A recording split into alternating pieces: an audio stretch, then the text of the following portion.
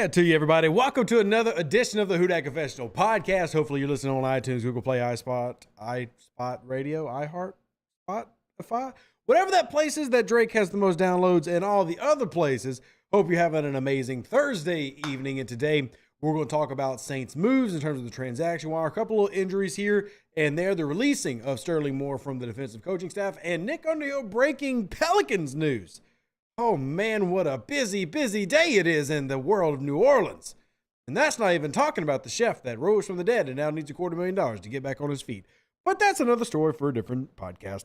Hopefully, y'all are doing well. Who dat, God bless. As always, glad that you're here. James Griffin, Saints Garcia, Amused Batman, TJ, Still Bill, Lester Slade, Smith, Blake Allen. Let's see, I'm sure Mr. Jerry's lurking around somewhere. Everybody who is here for the start of the show, who dat to you, God bless.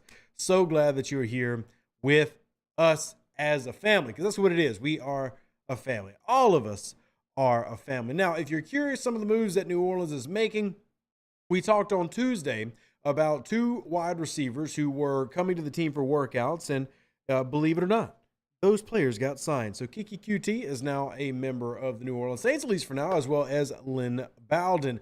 New Orleans cut offensive lineman Yasir Durant, wide receiver Malik Flowers, and running back Sir Roderick Thompson. And then also a little bit later today, they signed center Billy Price. So 90-man roster, getting a little bit of that up and down, in and out. Everybody getting a shot right now. So you are now back at around 90, I believe. You should have everybody there. But now you're talking about the New Orleans Saints having a pretty whopping impressive 13 wide receivers right now. That is a lot of wide receivers on their roster. Let me go ahead and round off all the names for you. It's becoming like a weekly thing, which, hey, I guess is okay considering there's been a couple of injury issues, and how serious those are, well, that's kind of up for debate. Most people that I've reached out to don't seem to be worried, but we'll see. Anything that has to do with star wide receivers have people getting scared, and I get it. So Chris Olave was at practice today, but people are worried about Chris Olave, but it's been called a minor situation. He's also had a fantastic camp. Here are the wide receivers who are currently on the 90-man roster, as we don't have cuts for a couple months. Michael Thomas, Chris Olave, Rashid Shaheed, Brian Edwards, A.T. Perry, Traquan Smith, Kawan Baker, Keith Kirkwood, Kirk Merritt, Shaquan Davis, James Washington, Lynn Bowden Jr., and Kiki QT. Those are the 13. That's a big number, ladies and gentlemen. Gosh, I went to public school, and it took me years to be able to count that high. 13 wide receivers on this team. Now, will they all be here? Well, of course, they won't be here forever. But 13 of them bad boys.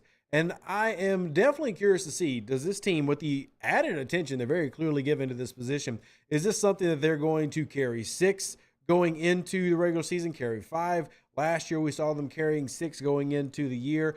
And if that's the case, who are those 6? You know, one of those guys that, you know, just because a player gets cut in June doesn't mean that they won't stick around and be around. But I talked about the potential of Flowers to be a guy that maybe makes a, spot in special teams and finds a way to make this roster. And he's one of the ones getting released. And, you talk about wide receiver room as a whole. And I think that it's important to remember that any of these names are kind of in and out beyond, in my opinion, maybe 4 are almost guaranteed. I feel like there's 4 names that, barring injury, it's basically guaranteed they're going to be on the roster. I think those 4 names are Michael Thomas, Chris Olave, Rashid Shaheed, and probably A.T. Perry. But A.T. Perry, I guess, could be somebody that they try to sneak to the practice squad should it really get harried there towards the end. And then after that, it's just a whole bunch of your guess is as good as reps.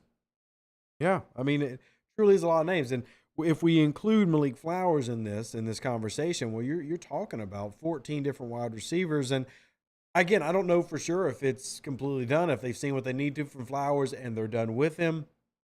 But if you're looking at it from just that perspective, it's obvious that New Orleans is putting a lot of attention into that room right now. And I've got no problem with that. I am completely okay with New Orleans taking the time to try to find what works for them at a position that, contrary to what your favorite head coach, the New Orleans Saints, like to say, that man really came and tried to tell us, 2-3 years ago, that wide receiver room we were excited about. Well, we haven't been excited about it for a while, and now we are seen them actually try to put a legitimate shot or a legitimate roster together and really kind of go through as many people as they can, take shots. So I like that strategy. I like that strategy. And let's see who can kind of rise to the top here. That whole cream of the crop argument in it. Should also be noted that we've got the receivers who have been doing a lot of wide receiver work, or at least, drill work with, the hands drills and the route drills. We've seen, obviously, Alvin Kamara doing it. We're seeing, Kendra Miller. We're seeing our new running back that led the league in touchdowns last year, Jamal Williams. So you're getting a lot of really cool looks. Sadly, though, your camp here, your little mini camp, is done. So mini camps are kind of wrapping up as of today, and we won't have, even with helmets and shirts, we're not going to have guys on the field for a little bit, and we're about to enter into that lull. But I think that also means that we're going to have a lot to talk about in that lull. And then we've also, and I'm going to probably hit on this one mostly later in the show as we get more of y'all here, but Nick Underhill did break a little bit of news here that at the Saints facility, Zion Williamson met with David Griffin, and then also Miss Gail Benson came to meet with him as well. Congratulate him on the upcoming birth of his child. But then I'm sure there was also a lot of business meeting being discussed. And beyond that, this is where it gets kind of squirrely and hairy. And we don't always talk Pelicans here, but I do love the Pellies. I've been a firm Pelican supporter. Y'all know that. Teresa Witherspoon is gone, and she had built a fantastic relationship with Zion as well as the other teammates that he's got. I mean, and I'm not trying to spread rumors, just telling you what's happened. She was definitely in my opinion, a positive force in that locker room as a coach, and former Hall of Famer, or not former, she is a Hall of Famer, and just what she was doing to provide there. She has now been released from the coaching staff. We've got all these issues with Zion Williamson, with all the drama popping up here, and then meeting with Griffin. And I'm very curious to see, because the Pels are one of those teams that are listed as trying to trade up and get scooped and trying to move up for the NBA draft. And while it's been said publicly by some people that, Brandon Ingram and Zion Williamson are not available, there are other reports that will come and conflict that immediately, and have been for 72 hours-ish, pretty consistently, that Zion is available according to a lot of teams outside of New Orleans, and that there is a price that he would be shopped at. So it's just a really busy day for June. Middle of June, it is a really busy day. I guess that's good if you're a Saints fan. I guess that's good if you're a Saints fan. Right? And that's good. Joseph, appreciate the God blessing, by the way. Should we bring back Austin Carr? For what purpose? Random question of the day goes to Lester. Lester asks, should we bring back Derek Carr? And my question is, for what? He makes great cameos. I think he's still on Cameo. If y'all want to get Derek Carr to wish you a happy birthday, or maybe, drop a little who dat knowledge. Let me actually look for you. I am curious as well. Is Austin Carr still on Cameo? Yep. For $35, you can book Austin Carr to say something nice and kind for you on Cameo.com. Former New England Patriot, former New Orleans Saint. So, $35. Or you can just shoot him a text message for $4. Up to y'all. I'm just letting you know that the mediums are available that maybe you weren't aware of, and now you are. Power of the internet's insane. Power of the internet's insane. $35. Shout out Austin Carr if you want him to shout you out. $4 if you want to tell that man you love him or hate him. Cameo.com. But they might let Trey go this year after they reworked his contract, but I doubt it. I'm assuming that reference is for Traquan Smith. Right? Traquan Smith? I don't know if Traquan's going to make the team or not, but I will say if he does or doesn't, it isn't going to be because of the contract. I don't think they're worried about that. They're looking at, if they were to cut him right now, I think his dead cap is like $1.7 million. And sure, dead cap is dead cap. We don't like dead cap. Nobody likes dead cap. Nobody even really talks about it as much as they used to with the Saints anymore because of just how New Orleans operates their salary cap. I don't even want to use the word manipulate. They just choose to simply run with next year's money versus this year's money. And, that strategy is working for them. Is it a perfect system? Well, no, I don't think it is. I think it has its flaws. But at the same time, they're clearly okay. But he's got a 1.7 dead if he goes. And his total, by the way, if you're curious what the Saints would save if they cut him, they'd save $1.7 million. So they would actually gain 1.7 in space, even though he would still count on the books. And New Orleans is, I don't think Foskey has signed yet, but the New Orleans Saints are currently sitting about 14 million in cap space at the moment. Getting rid of Traquan would bring them around that 15 million mark. And then, of course, for those that don't remember, you can actually carry your excess cap into the next season. And I think that's something that New Orleans is really looking to do for next year. And it's one of the reasons that you have them with so much. Not that they couldn't go after guys, and there's maybe not guys that they like. I know many people in the chat have continually brought up names like Ngakoue, who is currently, report came out today. He's looking for a multi-year deal, averaging 8 to 10 million a year. New Orleans could very clearly afford that if they chose to. I think they're also looking into the future, always operating with next year's money. And next year's money is a year where I think right now on the books, it says that they're, 77 million in the red. If we, take into account the fact that the salary cap will increase again, that probably knocks that number down to around 65-ish million, 65, 70 million in the red. That's also not new. Remember, they go into about every year with this because they operate with we're spending next year's money this year, and that's just how they operate. So it's not really something to worry about, but if you carried over that, you increase the cap with the normal operation in terms of the deal, the CBA. So let's just say that increases 10 mil, and then you carry 15 over. Well, there's 25 right there before you do any restructuring. So it's quite possible that's something that they do as well, but we'll have to see how it ends up working out. Again, these are all just the random rules that New Orleans, they really take advantage of, and a lot of teams don't, in terms of New Orleans simply tries to find every way they can to take advantage of the salary cap situation. And I even see people in our live stream here, and I'm not calling them out in a negative way, but like Big Willie says, cap carryover, didn't know that. Yeah, this is a thing. NFL teams are allowed to roll over unused cap space from one year to the next year. They do have to tell the league they plan to roll over on the day of their regular season finale. So basically, you have throughout the year to use the cap if you have extra. If you choose not to, you have to call the league office and say, hey, league, we rolling it over, baby. And it's like minutes. Some of y'all are old enough to remember what rollover minutes were, because now everybody just has unlimited on their phones and stuff. But rollover minutes used to be a thing, and now we got rollover cap. And that's been a thing for a long time. But New Orleans typically, at least a decade ago, didn't really have that. They might roll over $1 million. But this is a normal thing that a lot of other teams use. And if you ever wonder why some teams are just sitting there with like, well, how they start the offseason with $100 million in cap space? Probably because they rolled over a good 20 or 30 and they already didn't have, maybe they don't have a big quarterback contract or something like that. So it just depends on whatever you got left over for that previous season. You can just carry it on over. It does have a limit though. And what I mean by a limit is, you can roll over what you have, but there's also a spending requirement in the NFL. And what I mean a spending requirement is, if you are going into a set season, you have to spend X amount of your dollars. You can't just let it sit there and, have max salary cap forever. You have to spend a certain amount of your cap every single year. There's a percentage of it. So you're not having teams that are rolling over 150 million, 200 million. They might roll over 20, 30, something like that.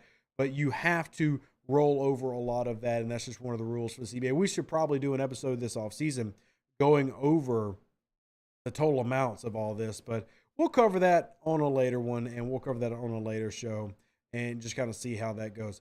But yeah, I think rolling over or looking at that next year is something they're going to really focus on. And also, I'm very curious what they end up doing with Cameron Jordan's contract. It's very clear that they want Cameron Jordan to basically play out his career in New Orleans.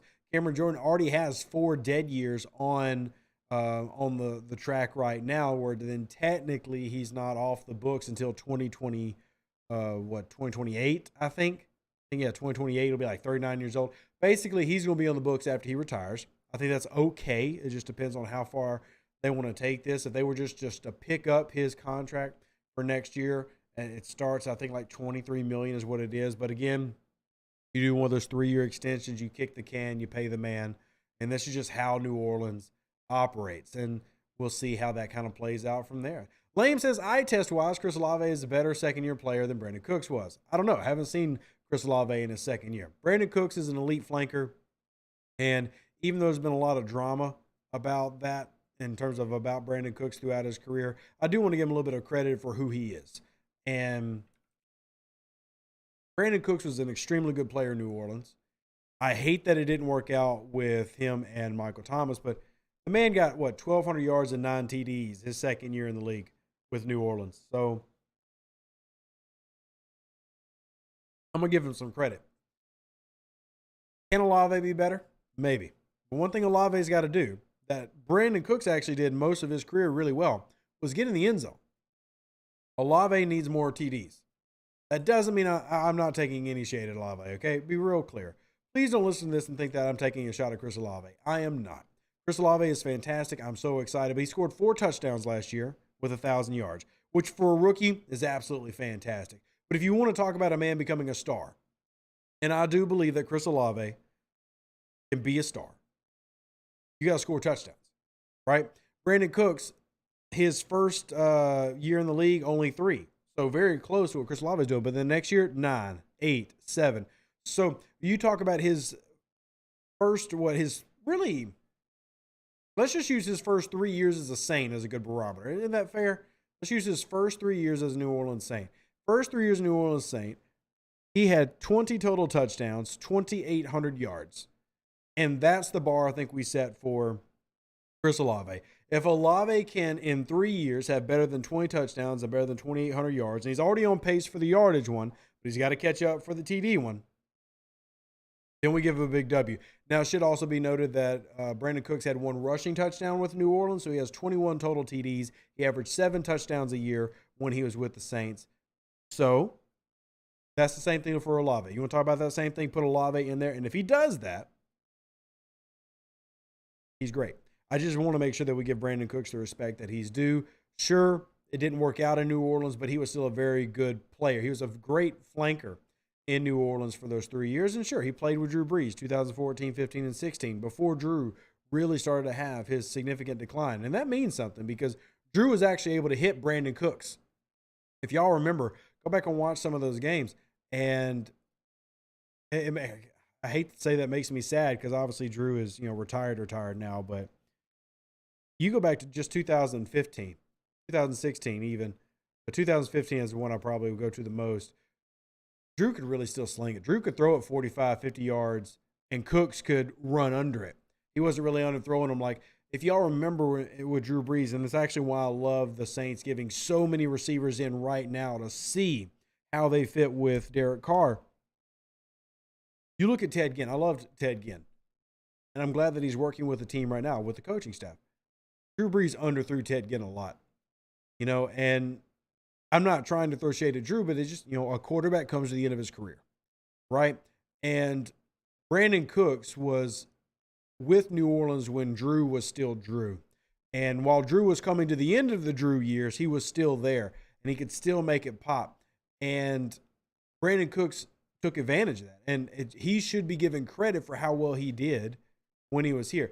And I can completely understand if you just don't like him as a dude because of the drama that popped off, and I get that. But as far as Chris Olave is concerned, this is actually one of the reasons that I'm very excited about them bringing in a lot of names here, is I want to see them bring in every receiver possible to see who's working because they do have a quarterback who's in the prime of his career. Now, I am not trying to say that Derek Carr is Drew Brees. I am not. But what you do have in Derek Carr is a guy who can hit you down the field. What you do have in a guy in Derek Carr is a guy who can make the throws. I'm not saying that Derek Carr has the mental on field of Drew Brees, because also Drew Brees makes some really weird off field decisions. Y'all see this past week where that man literally forgot to he did a paid advertisement and literally forgot to delete the instructions off the advertisement before he posted it on the internet. Damn it, Drew. It was that damn hit by Alden Smith where his neck became 18 feet long. He ain't never been right since. Diamonds happened after that. The man putting bay leaves in canned pinto beans on the stove. That hit. The hit got him. God, I love him, but the hit got him. So you have a quarterback who's in his prime. and at least has a prime for another 3 or 4 years. Now, while he isn't mentally what Drew Brees was, what you do have is a guy that hopefully you can build weapons around. And that's also, again, I'm just reiterating and kind of going ad nauseum here, while I'm excited that you're giving Kiki QT a tryout. Bowden, you've brought in James Washington, the veteran. You drafted A.T. Perry. And you still have some of the guys around like Keith Kirkwood, Quan Baker from last year, Traquan Smith. And then you're trying to get Michael Thomas back in. Chris Olave should be an elite guy. Rashid Shaheed. Man, imagine.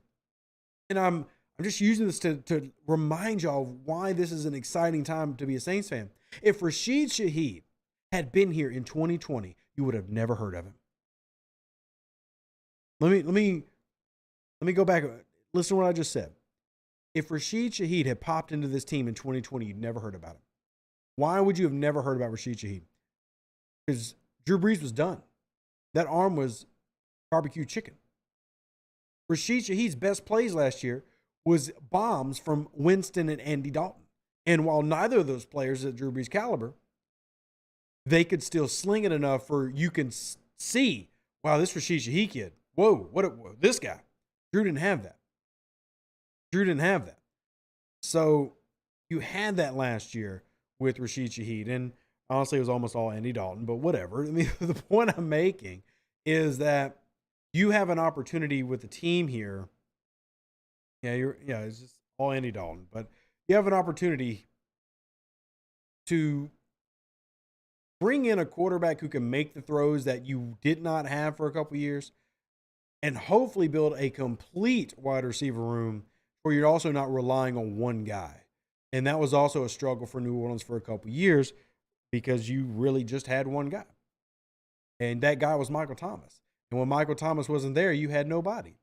And that's a really tough place to be, even if you got a Hall of Fame quarterback in Drew Brees. So the fact that you got 13 people on your 90-man roster that play wide receiver right now, I think is a good thing.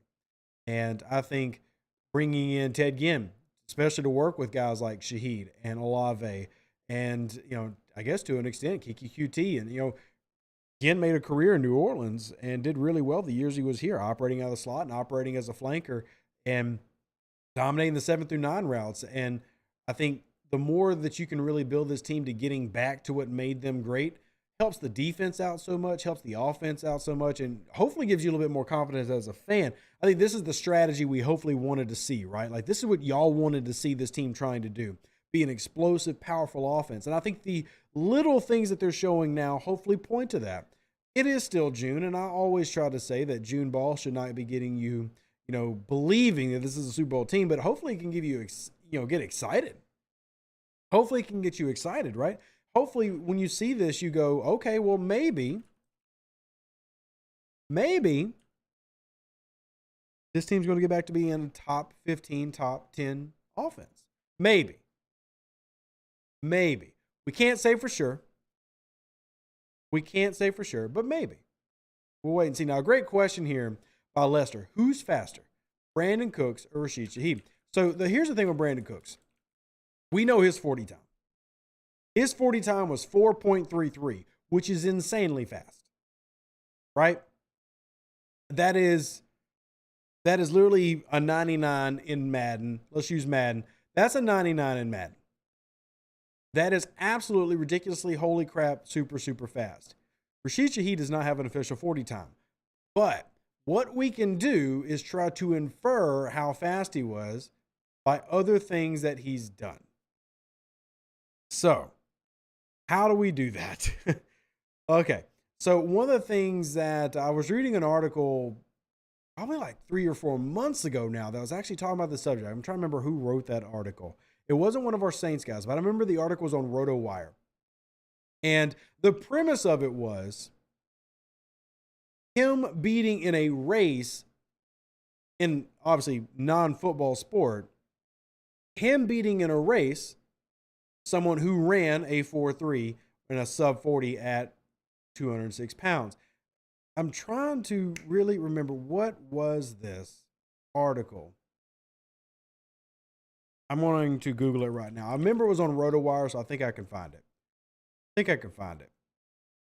So Cooks doesn't play that fast due to him being cautious to big hits. Lame, I'm not going to speak to any of that because he wasn't really worried about that in New Orleans. So Here's what the article pulled out. I found the article. It was written by, I do try to give credit where we find it. The article was written by Mario Puig. And here is the point that it tried to make. So we don't have a 40 time for Rashid Shaheed, but what we do have is we have him on the field. And we know that he torched Jamel Dean. Anybody remember him torching Jamel Dean? Well, Jamel Dean is a 4.3 40 runner at 206 pounds. So we know around minimum, Rashid Shaheed is a 4.3 speed guy, low 4.3, somewhere in there. We don't have an actual clock of how fast he is. But if nothing else, he's as fast as Brandon Cooks. He's also bigger than Brandon Cooks. Now look, I love Brandon Cooks. I've given him a lot of credit. I think that there's a lot of flack that Brandon Cooks has received. Some of that warranted, some of it not. But Rashid Shaheed's actually over 6 foot. Rashid Shaheed's over 6 foot. Brandon Cooks is not. Brandon Cooks is like 5'9 3/4. When it says Brandon Cooks is 5'10", that's when he has his Dr. Scholl's inserts into his shoes. Brandon Cooks is a smaller receiver. Now, that actually kind of speaks more to how much he's dominated when he's been a continual 1,000-yard receiver. Shout out to him. The man's had, 6 or 7 1,000-yard receiving seasons in his career, which is fantastic. Awesome for Brandon Cooks. And he's doing that as a really undersized player. But Rashid Shaheed is actually a 6-foot type player. Rashid Shaheed's a 185-pound wide receiver. Rashid Shaheed's got a little height, length, and leg on it. So I think a strong way, or at least a good solid estimate that you could go for is Rashid Shaheed runs a 4.33, 4.32, something like that. Now, is he running a 4.2? I don't think so. But maybe he is.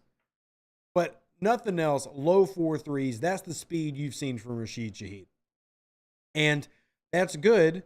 And that goes kind of the point I was saying, because if Rashid Shaheed had come to this team in 2020 instead of 2022, you never would have had him popped off, because Drew could not have thrown to a 4.3 receiver. He could not have over the top Rashid Shaheed. He couldn't have. Andy Dalton can do it because he's still got an arm. He's not like a prime great quarterback, but he's still got an arm. Derek Carr can do it. Jameis Winston can definitely do it. Look what he did with Deontay Hardy. But I'm excited about the receiver. I mean, I feel like we've talked about it a lot. Rook says, if they said Dean runs a 4.3 and that infers Shaheed probably 4.29 or something like that, maybe. I would also then counter, remember that you are also faster running in the underwear Olympics. So when you go to the combine, you're in your best shape, no pads, no elements, perfect running conditions, people running clocked 4.33s. People aren't running clocked 4.33s on the field in pads tracking footballs. So if he's running a 4.3, any level of 4.3 on a football field, that's extremely scary and really cool if you're a Saints fan. So however we want to slice it, because I don't want this to turn into like a knocking Brandon. Y'all know me.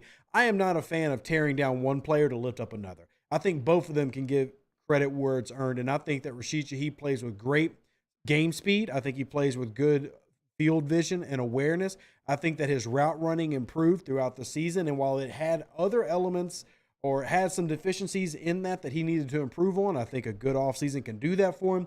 Rashid Shaheed is 100% a type of receiver that you should be excited about. And it also is good to take these things with a grain of salt, because Deontay Hardy was the same thing. Now, again, Deontay Hardy does not have the physical profile that is as good, and he just doesn't, as Rashid Shaheed. Deontay Hardy is like 5'6", 170. Like, Deontay Hardy is the Muggsy Bogues of wide receivers, and like, dude, popped off, cool, but he's not. He's done that as a returner. He's never done that as a wide receiver. He's had some great plays, but Rashid Shaheed, I think, has the potential to be a better and more consistent player, because not only does he have the physical attributes, he also has the physical size to do it. Height, weight, speed is what you talk about with a lot of these receivers and who are the best. And that speed element doesn't have to be a 4.3, but it usually has some level of speed, at least a 4.5. Height, weight, speed. Deontay Hardy had speed. Rashid Shaheed has height, 6 foot. Weight is a little bit low, but still right around there at 180, 185. And speed, he's got all three. So these are all reasons to get excited about where Rashid Shaheed could possibly be, but you've also got to see it translate onto the field. Rook says, I think Shaheed's seamless transition in and out of his cuts while threatening deep is really good. See, that's one thing. I don't think it's seamless. I think he could have improved on that as well. We'll talk about dyno stems and stuff like that, but that doesn't mean he was bad. I'm simply saying that you did not see his peak form last year. If you study football, there are plenty of ways that Rashid Shaheed could clean up, but that doesn't mean he was bad. And I feel like sometimes when you say some of those things, it feels like you're tearing him down, but that's not the case. In fact, it actually speaks to why you should be even more excited, because even when you saw Rashid Shaheed balling out last year and like some amazing plays that he could make, he was nowhere near the final form. There's so many of even his big plays that you can go, well, that's maybe not the best release, or maybe that wasn't the smoothest break at the top of his break. Maybe that wasn't the cleanest, at the stem. But he's got a great foundation, as TJ says in the chat, and I think that he definitely has the work ethic, and you should be really excited about his growth potential. The key is just, does he reach it? And we don't know that, but man, I'm excited. And you also look at who you've brought in. It's the reason I can get so excited about this while also not being too worried about Michael Thomas, honestly, is because with Chris Olave, if we believe the reports that this little minor injury is nothing, and same thing with Rashid Shaheed, I don't need Michael Thomas to be elite. I just need all these guys to be good at their element, and that changes the game, honestly. Like, if Michael Thomas is just a solid player, like, he doesn't have to be good. Just be solid, like, reliable first down chain mover. Chris Olave, elite flanker. Rashid Shaheed, up-and-coming, bright, 700, 800-yard, creeping towards 1,000 slot guy who can also operate as a flanker.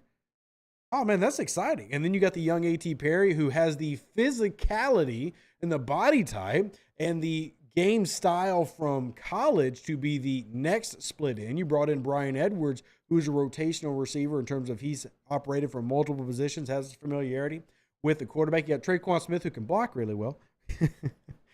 Traquan, I can't back you up anymore, buddy. You've had your time. I give everybody a shot. You've actually got more of a shot for me than just about everybody else, Traquan. I appreciate you.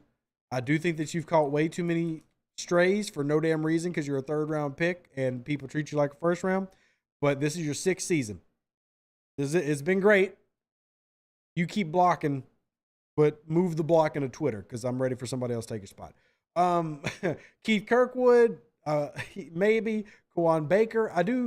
I feel bad for Kawaan Baker because I feel like everybody's forgotten about Kawaan Baker, but we were excited about him last year. I think the veteran and James Washington, if these young guys aren't panning out, James Washington's the guy to look at making this roster. I'm excited about what this receiver room can look like. I really am. I'm excited about what it can look like. Joe says Rashid has speed, but he also has football speed. People run fast all the time. You can't find it when playing the game. And yeah, this is actually something we talk about from a scouting perspective. We call game speed. And how you operate with that play speed on the field can be different than when you're doing something else. Let's just be honest. If you're playing as a receiver on the outside and you've got a 9 route, but that corner is playing the boundary and they're trying to ride you to the sideline and take away that throwing window, that affects how you run. Having actual guys in front of you, coverages in front of you, affects your speed and affects your cuts, your breaks, your athleticism. Everything looks great when you're wearing that spandex. Shout out Andres P with that big old booty he was showing off to everybody. Remember Andres P and that big old booty? Mass and ass. We like it here. That's what Sean Payton taught us. Everybody looks good in the underwear Olympics, but does it always translate to the field? And that's where game tape comes in, and that's where Rashid Shaheed definitely has a lot of the qualities that make him great, or at least make him potentially great, show up on the field. And it's not just like we're watching him in camp just zooming past people. Because let's go back in the Wayback Machine, because I know we got some veterans of the podcast here who've been fans of this team for a long time. Y'all remember when Reggie Bush used to race everybody at camp? If you're a real OG, you remember a couple of people that Reggie Bush didn't beat in races who didn't even make the team. Can anybody name one? Can anybody name one? But this goes back to we're talking about like later Reggie Bush, by the way, because rookie Reggie Bush was beating everybody. But this goes back to like game speed. And the good thing with the Rashid Shaheed, you've seen that translate. right? Lame says, I went and watched Michael Thomas Offensive Rookie of the Year highlights. I don't see how he can't be that player again. He was just physically dominant. He got open immediately. Right now, his catch radius was 100. So the biggest thing, Lame, is the ability to quick release. And from a scouting perspective, the reason Michael Thomas was so damn good is he didn't create separation by using speed and athleticism, but he did create separation through mobility and athleticism. So his ability to sink his hips, transfer his weight and momentum to the ground, and quickly transition was the main way that he would create those spaces. So those comeback routes, those slant routes, the sit routes, and even to an extent the crossing patterns. It wasn't that he would outrun a guy and use speed. He was simply so crisp and he could transfer energy so well from a mechanical standpoint. That's how he would create a separation to make those windows just big enough for him to body out guys. But that's also why people are concerned, because the whole premise of everything I'm describing to you relies on you be able to transfer that energy down through your feet back into the floor. It's like you're going through Newton's laws. Remember that for every action, there's an equal and opposite reaction. The whole idea is you're trying to take that kinetic energy while you're moving and faster than the guy apart from you, transfer it to the floor. A visual of this for a wide receiver. You ever see a wide receiver have choppy feet? Chop, chop, chop, chop, chop, chop, chop, chop.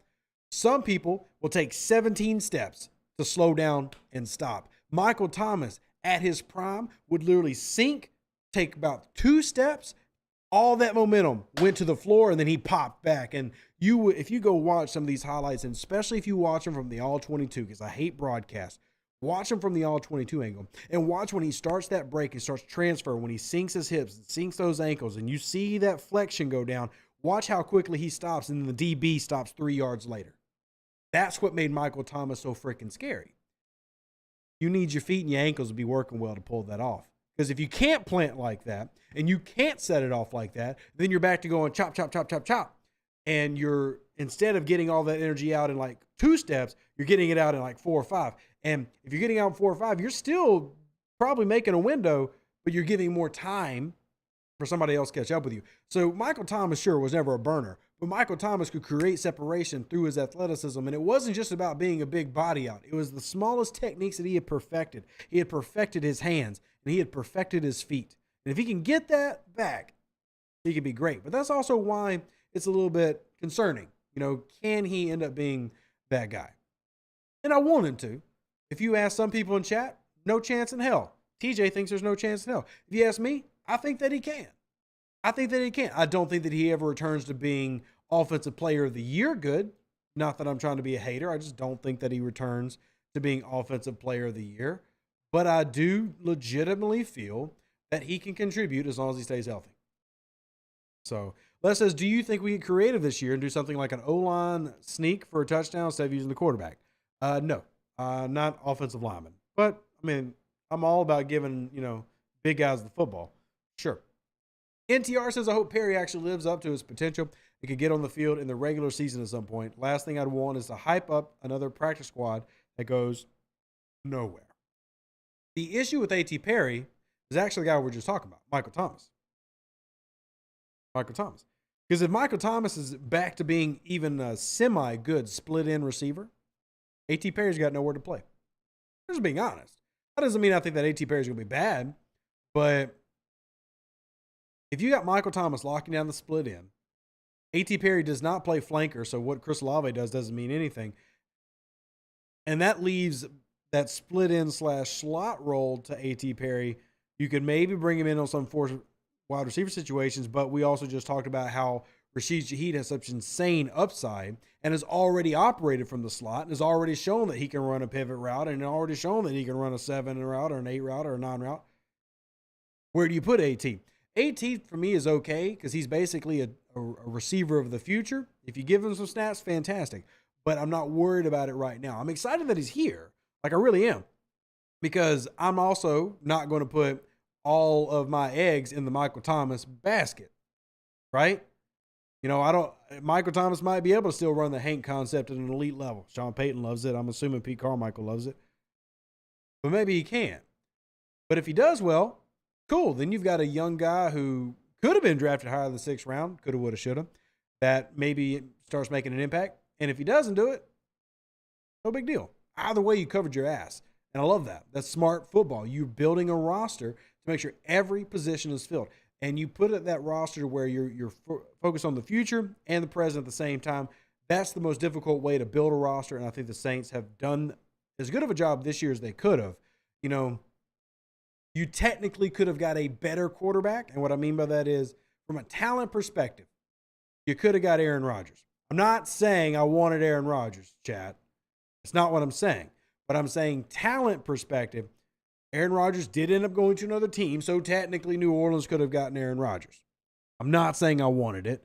Not saying I wanted to trade for it. Not saying any of that. I'm just saying talent-wise, Aaron Rodgers could have been a thing. But realistically, I think New Orleans basically did, per position, everything they could have done to make this team full and better, and we just got to hope it plays out. Joe says Brees could always throw that quick slant, and Michael Thomas is killing that route his rookie year. That, God, I hate to bring this up, but man, that actually, anytime somebody brings up Drew Brees throwing slant routes, that actually makes me a little bit mad, because I go back to the no call, and that game is horrible. The no call is one of the worst things that ever happened to this franchise. And I'm not mad at Tommy Lee Lewis. And of course, I'm mad at the refs. But Saints fans forget the play before Michael Thomas had run that slant route. He was open, plant foot, God tier, and then Drew Brees threw it at his damn feet. Drew Brees missed a slant, and it gets lost. Obviously, that's not as egregious as the whole missed call. That's obviously egregious. But that has also stuck with me for so long. Like, how the hell do you miss Michael Thomas on a 2-yard break slant pass? What the actual heck? But it happens. I mean, man's greatest quarterback this team's ever seen. And sometimes stuff just happens. It's wild to me. And threw it at Michael Thomas's ankles. We still should have won the Super Bowl that year. Can't convince me otherwise. You definitely can't convince me that we couldn't have gone and beaten anybody in the AFC that year. Anybody in the AFC. Oof. Y'all going to get me heated. Y'all going to get me going. Now, I know it's what y'all like. Chat likes to rile me up. I do want to bring up the Zion thing real quick, just because it is kind of a big thing. Does anybody have thoughts about the Zion stirfs going on? Does anybody have thoughts about the Zion Williamson stuffs going on? I'm not trying to get into the whole baby mama, porn star girlfriend, all that other stuff. That's not what I'm trying to get into. But do you believe that Zion is out in New Orleans? For those who missed it, Zion did meet with David Griffin today at the New Orleans Saints complex. Also met with Miss Gale. It has been said by multiple teams and sources that the New Orleans Pelicans are looking to trade up in the NBA draft. There's a guy that apparently they've already got their eye on. What do y'all think? I'm not here to deny Zion's ability. And honestly, I wouldn't give a flying flip about any of the offseason drama if he played 82 games in a regular season. I'll be honest. I'll keep it to you straight. Zion could have 15 baby mamas, could be flying in 300 ladies that want to be his friend from all across the country or countries, and I wouldn't care if he played 82 games in New Orleans plus playoffs. Right now, he's averaging about 20 games a season. I'm ready to move on. He could have whatever he wanted. Really wouldn't care. I honestly wouldn't care. But he doesn't play for this team, really. And if somebody sees value in him, take him. Take him. If you think that Zion, and look, I'll be honest, this is the next story. I'm telling you right now. Zion gets traded, has a healthy season, he's the MVP, some other team. It's going to happen. Watch. But realistically, I'm ready for it to move on. I'm done. I'm done. You know, it's the man spent more time working on his sad, really. Spent more time working on his stroke than he did his stroke. And He could be. I really believe that. He could be MVP of the league. But instead, that man wants to be MVP of SugarDaddyMeat.com. Maybe that's what he's going for. Maybe he's like, hey, maybe my career is not in basketball. I'm going to take this $50 million and we're going to make the sugar scene pop off. My man said, calling all sugar babies with thick asses. Bring that ass here. But I'm just ready to move on from him. I think that he's a fantastic player. And if he was healthy, I really wouldn't care. I really wouldn't. I really, honest to God, wouldn't. That dude can do whatever he wants to do in his personal life, and I will not kink shame him. But I'm ready for him to move on just because he's not helping this team get to the playoffs. He's not helping this team win championships. And if Scoot can, bring in Scoot, build around Brandon Ingram, use the last of CJ McCollum, and see what happens. See what happens. JL says Saints Pats would have been way better than the Patriots Rams Super Bowl. I agree.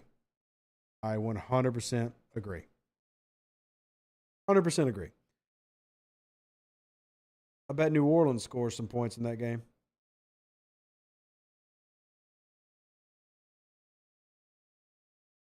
You know, it's that I'll admit, you know, the Rams game was a close game, right? 2018 was a close game. But I said it for a long time. McVay was one of the few people who actually did well against Dennis Allen's defense. So that's why the game was a little bit closer than maybe it would have been. But I don't think Bill Belichick did well against DA's defense. I don't think that Patriots team would have had the same level of offensive success that the Rams did. I think that Saints team would have won that Super Bowl. Like, there's no doubt in my mind.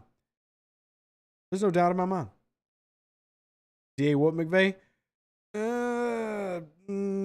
DA whooped McVay for a good portion of that game until he wasn't.